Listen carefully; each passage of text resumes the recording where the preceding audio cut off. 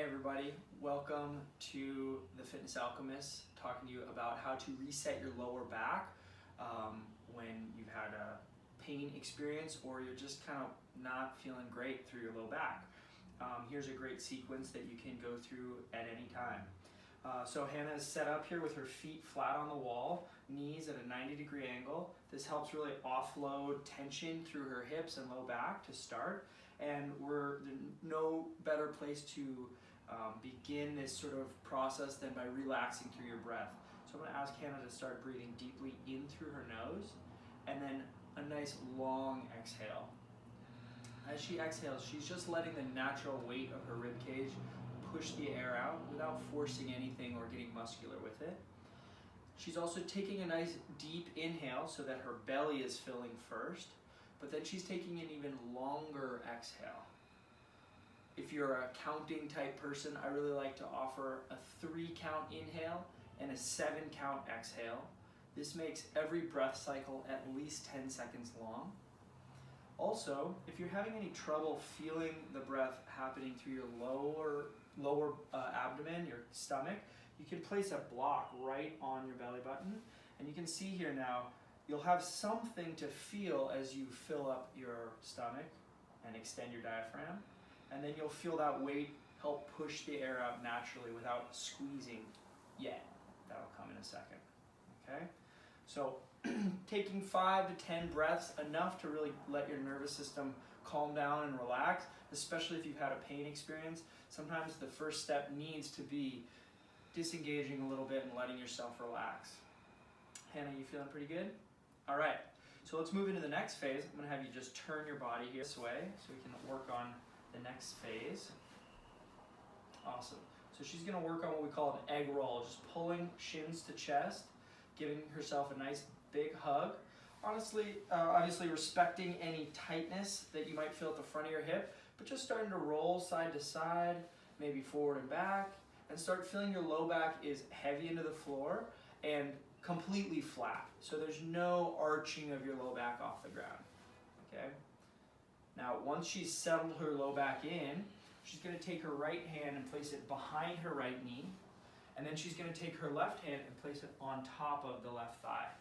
Then when her knees set right next to each other, right over her hips, she's gonna try to hold that position while holding her low back completely flat on the floor, and start ramping up tension smoothly, pulling with her right hand and pushing with her left hand. As she continues to ramp up, this starts to become a pretty active exercise. So keep breathing, but now around nice strong abs. And now we will ramp that tension down. Keep the legs where they are and just switch your hand position. So right hand is now pressing, left hand is now pulling, and now we'll ramp this tension up. I like to think for a 5-count at least to ramp up tension, hold it for about 5 seconds, and then smoothly, like a dimmer switch, ramp that tension back down. Let's repeat that one time. You can repeat it 2 or 3 more times until you really are feeling good engagement through both legs. And I just want to add, my hands are pushing and pulling, my legs are resisting so that no movement happens. Great point, yeah. Sometimes when we introduce this to clients, we'll see the legs start to move. So that's why the ramping is so important, so that you can gauge that your body is not moving even as your tension is increasing. Okay, and then ramp down this side, switch your grips, and let's ramp up this second side, smoothly turning the tension up, and really explore your safest maximum amount of tension in this position without moving, like Hannah was saying, maintaining your leg position, and then relax down. You might shake a little bit as you get to that maximum tension. You might be able to see that happening for me, but you shouldn't actually allow change in the shape of your bones. Okay, let's do one last one so you can really feel the tension. Each round you'll feel a little bit more engagement and you'll be able to push a little bit more, but obviously always respecting that flat back on the floor and respecting no motion. Ramp that down. And last one. I'll give a count this time so you get an idea. Ramp up with my count. 1, 2, 3, 4, and now you're at your maximum. Hold it for 5, 4, 3, 2, and ramp it down smoothly. Okay, now go ahead, hug your knees to your chest again. feel your body relax and come off tension, and then just a little side to side movement to roll yourself out. I always say that you want to use the floor as your foam roller. So just whatever feels good at this point. Okay. Now we just did some great activation for the muscles that move your hips forward and back in this plane, but we also want to engage what's going on the inside of your thighs. So Hannah's going to take a block right between her knees. You could also use two fists right next to each other, but if you have a yoga block, it helps to have something to squeeze against. And then setting some tension in the abs so that the back stays totally flat. She's going to lift her feet off the floor and hold that same tension through the abs to start squeezing the block. Really letting the tension in the abs spill over into the legs and ramping this up. I like a little longer ramp here, 10 seconds or so. So she's building up, 3, 2, and now you're at your maximum amount of tension. Hold it. And now let's ramp down, 3, 2, and 1. You can relax your knees to your chest or feet to the floor, either way. But again, honoring that back staying flat on the floor the whole time. Okay, let's try another. So bring your knees right over your hips. Make sure your back is flat and start squeezing the tension in your abs to spill over into the legs and squeeze the block. Ramping it up, 4, 3, 2, and sustaining this peak level of safe but maximum tension. 3, 2, and ramp it down. Good. Pull your knees into your chest. Now you getting tired, Hannah? Just a little. Just a little? If this is the first time you've done this, sometimes it can be pretty fatiguing. So you might notice that you're losing the strength needed to keep your back completely flat on the ground, and that's an indicator that you want to take a break or scale down the exercise a little bit. So for here, we're going to set the feet now flat on the ground. Now, because your feet aren't off the floor, your abs don't have to work quite as hard to keep your back flat, although they have to do something, right? So to feel that, you might take a breath in like we were doing at the beginning, and then push the air out, blowing it like you're blowing out birthday cake candles, and feel the abs really engage, okay? Once that's there and your back is flat, then we can start squeezing the block again and feel that engagement of your inner thigh stuff ramping up. 4, 3, 2, and sustain that tension. Good. Obviously, stillness should be the result. There might be a little shaking, but you don't want any gross changes in your position. And then ramp that tension down. Awesome. Okay, I'm going to take the block from you. Now, this last step is the most demanding exercise that we wanted to show you today. And so, if at this point you're really feeling fatigued, you can just take a break or repeat what we just went through. But if you're feeling like you want to push it up a little bit, we're going to move now to the dead bug movement, where Hannah's going to again work to keep her back totally flat. Then she's going to lift her feet off the floor, finding her knees right over her hips, and reach her arms straight up to the ceiling. Okay? And this is the dead bug. It should look kind of like a bug with its legs stuck up in the air. Okay? Maybe not dead yet. Okay.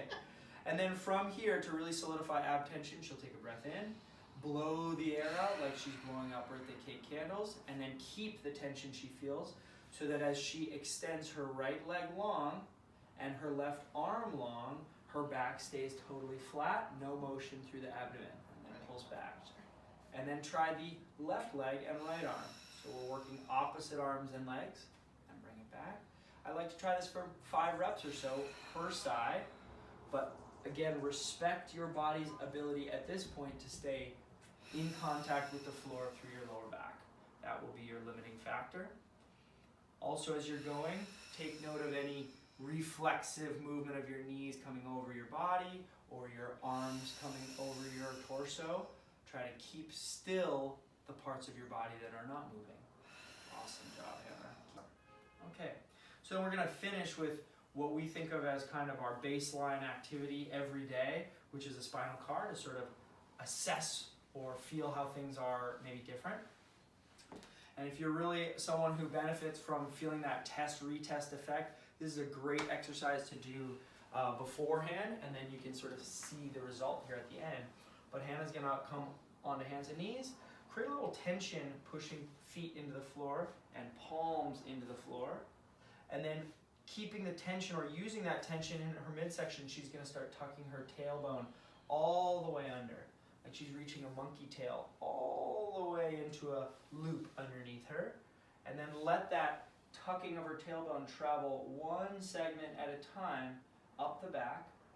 So she's effectively controlling her spine one vertebrae at a time. This gives you a real chance to view the action of each vertebrae individually. If you move too fast, you won't have the ability to really notice what's going on as you move up your spine.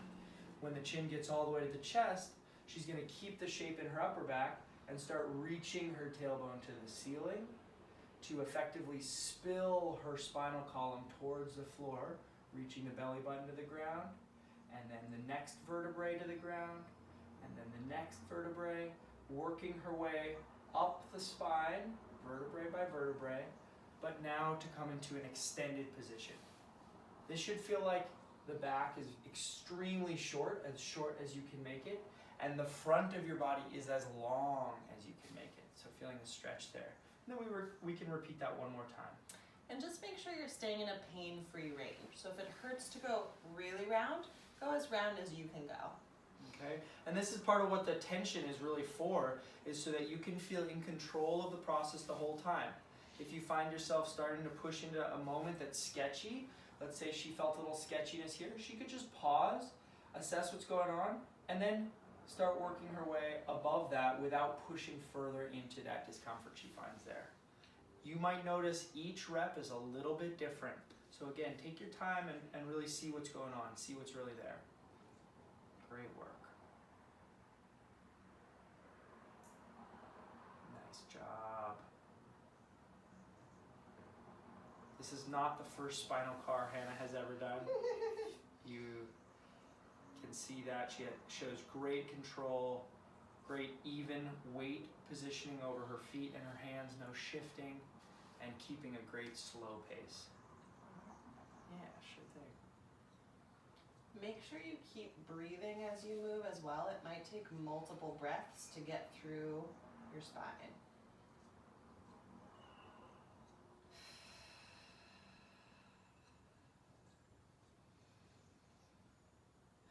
People are often surprised by how much energy really should go into a nice, intentional, strong spinal car. This mobility movement, it really should cost some energy from you so that you are receiving maximum feedback from the muscles that are involved. And what muscles are involved? Pretty much every single one in your whole body, because your spine is so central to any movement and really to most of your joints. Awesome.